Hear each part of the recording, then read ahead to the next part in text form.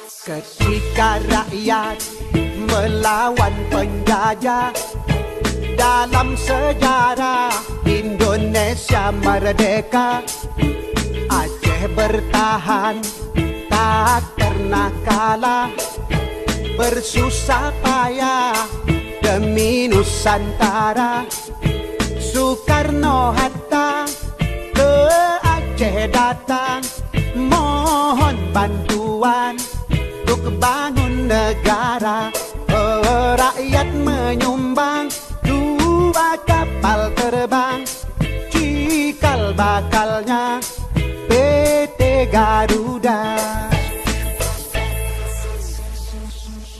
Kala agresi Belanda kedua, Soekarno-Hatta ditawan Belanda. Mr. Safrudin Prawira Negara kendalikan RI di Aceh Sumatera.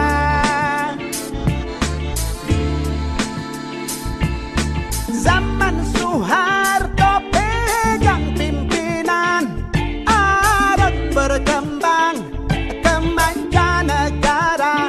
Oh, seluruh provinsi dapat bagian hasil gas alam di Aceh Raya.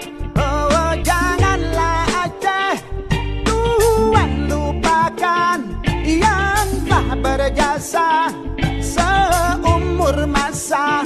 Oh, cinta yang ikhlas mari wakafkan, negeri yang aman, rakyat sejahtera. Oh, janganlah Aceh tuan lupakan yang telah berjasa seumur masa. Oh, cinta yang ikhlas mari wakafkan, negeri yang aman, rakyat sejahtera.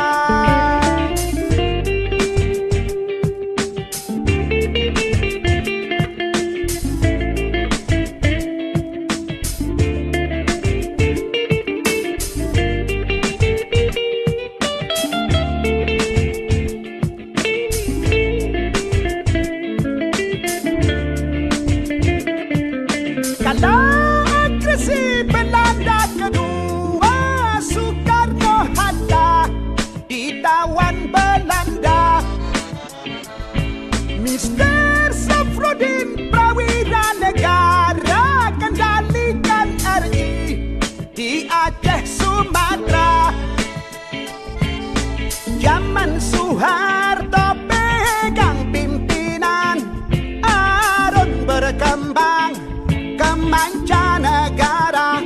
Oh, seluruh provinsi dapat bagian hasil gas alam di Aceh Raya. Oh, janganlah Aceh tuan lupakan yang telah berjasa seumur masa. Oh, cinta yang ikhlas mari wakafkan, negeri yang aman, rakyat sejahtera. Oh, janganlah Aceh tuan lupakan yang telah berjasa seumur masa. Oh, cinta yang ikhlas mari wakafkan, negeri yang aman, rakyat sejahtera. Oh, janganlah Aceh tuan lalaikan yang telah berjasa seumur masa.